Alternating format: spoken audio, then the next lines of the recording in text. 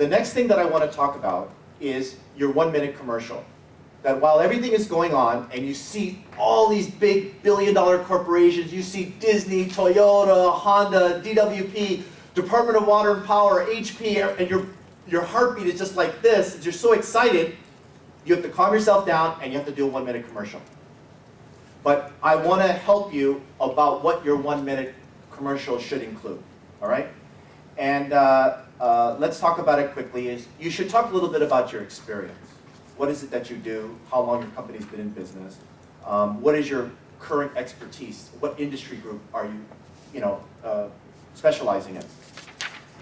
Custom built.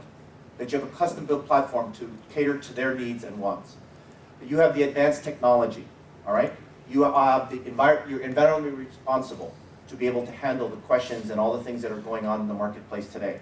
You have a high level of quality and service. Right. You have innovation. What is the product that you have now, and what is the product you have coming out? All right? Next, that you are a one-stop shop with all the stuff that's going on in the credit, with all the stuff that's going on in the stock market. What you're seeing is that corporations are letting people go. They're probably going to open up their own business. They're probably going to be your competitors soon, right? And what happens is they're looking at their strategic partners to do more from you. And that's a good thing if you're prepared. Next, how do we order? How are your payments structured? Do you do it online? Do you have to do it on check, cash? What is it? Right? Next, that you have the service team, you have the support staff, you have all the technology, the communication, all the equipment, and you have the back office operation up and running so that I feel confident that you say you're going to do what you say you're going to do. Last but not least is your safety program and your logistics. How is it that you say you're going to do what you're going to do, and tell me or show me, right? Next, by the way, I want to go back to this 1-minute commercial.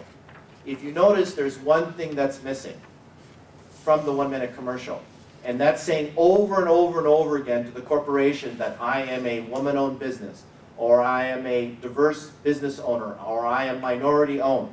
You don't need to say it. What we're trying to do, and what I suggest to everybody, is we want and need to get away that the color of our skin is our core competency. You understand? Too many of us are dependent, thinking that that certification is going to get us through the door. The door is already open. It's opened by the corporations being there. Everybody understand? Okay? Next. This is something that I talk about all the time, and it's called the meeting of the minds. And what it has to do with is that we have a mental picture of how we want things to be. All right? And then, because we're not totally prepared, or we're nervous, or we're excited, or we've never done this kind of thing before, what we physically do is different from what we mentally picture. Has that ever happened to you guys before? Right? All the time, every day, right? So the point is that, and that's why I always push a written business plan. Or at least, if it's not a written business plan, at least have your 1-minute commercial in writing. Right? Because what happens is what you think and what you say, and if what you do during your 1-minute commercial creates confusion, what happens is the person that's there at the booth is trying to figure out, what basket am I going to put you in? Am I going to put you in products? Am I going to put you in services? Am I going to put you in staffing, printing, IT, whatever the case may be? And so if you create confusion, guess what? You can be 3 months, 6 months trying to figure out where your card goes. And you don't want to do that. You don't have 3 months. You don't have 6 months. Everybody understand that? All right? Next. What are the key characteristics to be in the game? What are the things that I can do, what I can control to make my event successful? Okay? Eat before. Not a lot, but just enough. Don't pig out at the free breakfast. Don't pig out at the lunch, because you're going to have a carbohydrates crash like you could never believe. All right? Next. Bring some health bars. I have health bars. I bring some water just to keep it going. All right? But not enough to just overwhelm yourself. Next, be confident, but be humble. The difference is, being overly confident and really, really cocky. Okay? This is what I call relaxed intensity. What it means is that you are relaxed on the outside. You're not aggressive. You're not chasing them in the bathroom. You're not, chasing them at lunch, right? You're not like, oh, I mean, I was the worst. I was Panic USA, all right? So what I learned is to be relaxed on the outside, but intense on the in. You can do it, right? Next, professional business attire, okay? Men, wear a nice suit. Women, dress in business attire. I don't think I'm going to say any more than that. And if you need some convincing, pick any one of the corporations, look at their financial statement, look how many billions of dollars they do a year, and I think I don't have to say any more to you than that. All right? Next. You must be positive. You must have a positive outlook on life. You'll see a lot of people who are very negative, who are very down, who are complaining, who have gone to trade shows for years and years and years, who haven't come to any of the seminars, haven't gone to the YouTube to check out, how you can improve your business, and they're a bunch of complainers. That's not what you want. All right?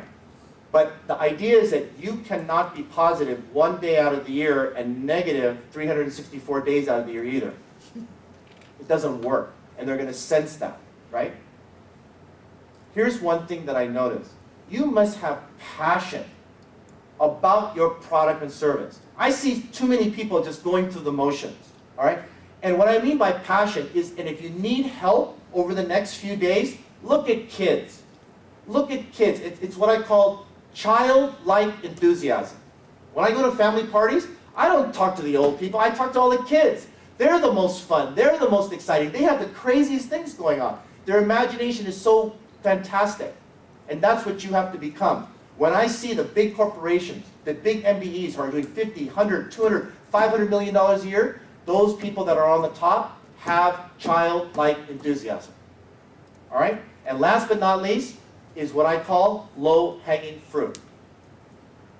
Don't go to the corporations that are the most famous. Don't go to the corporations that have the rooms filled with people in the front. It'll take you 2 hours before you end up meeting to the person. If anything, if you see some booth empty, that's the one to go to, right?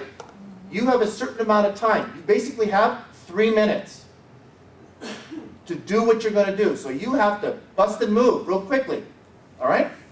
Next, you must have due diligence. You must do due diligence on the corporation to determine which company am I going to go to, all right? So let's talk about what is the due diligence process. Number one, you must go to the company website. Next, you must look at the recent news. Last 3 years, go back. What is it that they do? What is it that they want to do? Where are they investing their money? Where do they see opportunity? What do they like? What do they dislike? And then that'll give you some groundwork to be able to move forward. Next, look at their diversity section.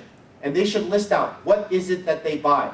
Next, look at the investor and financial information. You have to look at it and see what is it that they do. Next, look at their annual reports. Look at their presentations. All corporations have what they call an investor presentation, where they will go and do a presentation in front of other investors so that they will buy the company's stock. Okay? It lists out everything very clearly. You got to go through that. Register and get onto the conference calls that they have every month or every quarter, so you can keep alert throughout the year about what's going on. Next, sign up for their email alerts so they give a constant feedback of all the stuff that's going on in their business. And last but not least, it takes on average 2 to 3 hours to be able to do due diligence on every corporation that you possibly want to do business with.